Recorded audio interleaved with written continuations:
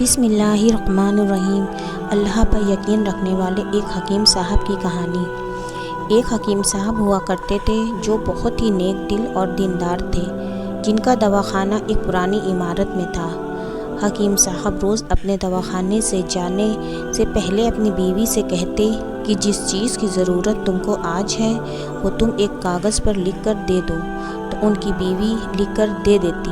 حکیم صاحب اپنی دکان پر جا کر سب سے پہلے اس پرچے کو کھولتے، بیوی نے جو کچھ لکھا ہوتا وہ ان کا حساب لگاتے اور ان کا ٹوٹل کرتے، پھر اللہ سے دعا کرتے کہ یا خدا، میں تیرے حکم کے تعمیل میں تیری عبادت چھوڑ کر یہاں دنیا داری کے چکر میں آ بیٹھا ہوں، جیسے ہی تو میری آج کی ضرورت کو پوری کر دے گا میں اسی وقت یہاں سے اٹھ جاؤں گا۔ اور پھر یہی ہوتا، کبھی تو صبح کے 9 بجے یا کبھی 10 بجے حکیم صاحب اپنے مریضوں سے فارغ ہو کر اپنے گھر چلے جاتے۔ ایک دن حکیم صاحب نے اپنی دکان کھولی اور رقم کا حساب لگانے کے لیے پرچی کھولی تو وہ پرچی کو دیکھتے ہی رہ گئے کہ ایک لمحے کے لیے تو ان کا دماغ گھوم گیا۔ ان کو اپنی آنکھوں پر وشواس نہیں ہو رہا تھا، لیکن جلدی انہوں نے اپنے آپ پر قابو پا لیا۔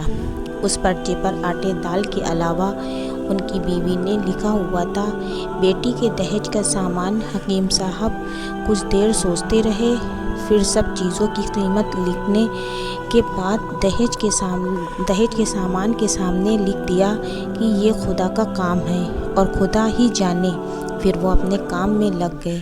1-2 مریض آئے تھے جن کو حکیم صاحب نے دوا دے دیا۔ اسی وقت ان کی دکان کے سامنے ایک بڑی سی کار آ کر رکی، لیکن کار کے آنے یا کار کے اندر کون ہے ان کو حکیم صاحب نے کوئی توجہ نہیں دی، کیونکہ کئی کار والے بھی حکیم صاحب کے پاس اپنا علاج کروانے آتے رہتے تھے۔ یہ سب تو روز کا کام تھا۔ جب سارے مریض اپنی دوا لے کر چلے گئے تو کار والے صاحب کار سے باہر نکلے، حکیم صاحب کو سلام کیا اور جا کر ان کی دکان میں بیٹھ گئے۔ تو حکیم صاحب نے کہا کہ اگر آپ کو کوئی دوا لینی ہے تو یہاں اسٹول پر آ کر بیٹھ جائیں تاکہ میں آپ کو چیک کر سکوں، اور اگر آپ کو کسی اور مریض کی دوا لے کر جانی ہے تو آپ مریض کی حالت بتا دیں۔ پھر وہ صاحب بولے کہ حکیم صاحب، مجھے لگتا ہے کہ آپ نے مجھے پہچانا نہیں، لیکن آپ بھلا مجھے پہچان بھی کیسے سکتے ہیں، کیونکہ میں آپ سے 15 سال بعد مل رہا ہوں۔ اپنی پہچان کے لیے میں آپ کو اپنی پرانی ملاقات کے بارے میں بتاتا ہوں۔ جب میں پہلی مرتبہ یہاں پر آیا تھا تو میں یہاں خود نہیں آیا تھا، بلکہ مجھے یہاں خدا نے بھیجا تھا، کیونکہ خدا کو مجھ پر رحم آ گیا تھا اور وہ میرا گھر آباد کرنا چاہتا تھا۔ ہوا کچھ ایسا کہ میں اپنے گاؤں جا رہا تھا، تبھی ہماری گاڑی آپ کی دکان کے سامنے آ کر پہنچ گئی۔ ڈرائیور گاڑی کا پہیہ لے کر پنچر لگوانے چلا گیا تھا، تبھی آپ نے دیکھا کہ میں گرمی اور دھوپ میں گاڑی کے پاس کھڑا ہوا ہوں۔ پھر آپ میرے پاس آئے اور دکان کی طرف اشارہ کر کے کہا کہ آپ اندر آ کر بیٹھ جائیں، تو میں نے آپ کا شکریہ ادا کیا اور کرسی پر آ کر بیٹھ گیا۔ ڈرائیور نے کچھ زیادہ ہی دیر لگا دیا تھا۔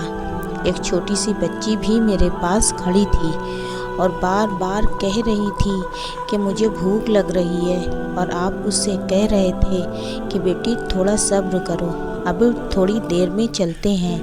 میں یہ سوچ رہا تھا کہ میں آپ کے پاس اتنی دیر سے بیٹھا ہوں، لگتا ہے مجھے آپ سے کوئی دوا خریدنی چاہیے تاکہ آپ میرے بیٹھنے کو زیادہ محسوس نہ کریں۔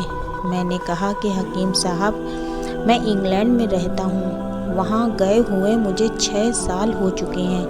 جانے سے پہلے میری شادی ہوئی تھی، لیکن آج تک میری کوئی اولاد نہیں ہے۔ میں نے ہر جگہ علاج کروایا، لیکن اب صرف مایوسی ہے۔ آپ نے کہا کہ میرے بھائی، توبہ استغفار پڑھو اور اپنے رب سے مایوس نہ ہو۔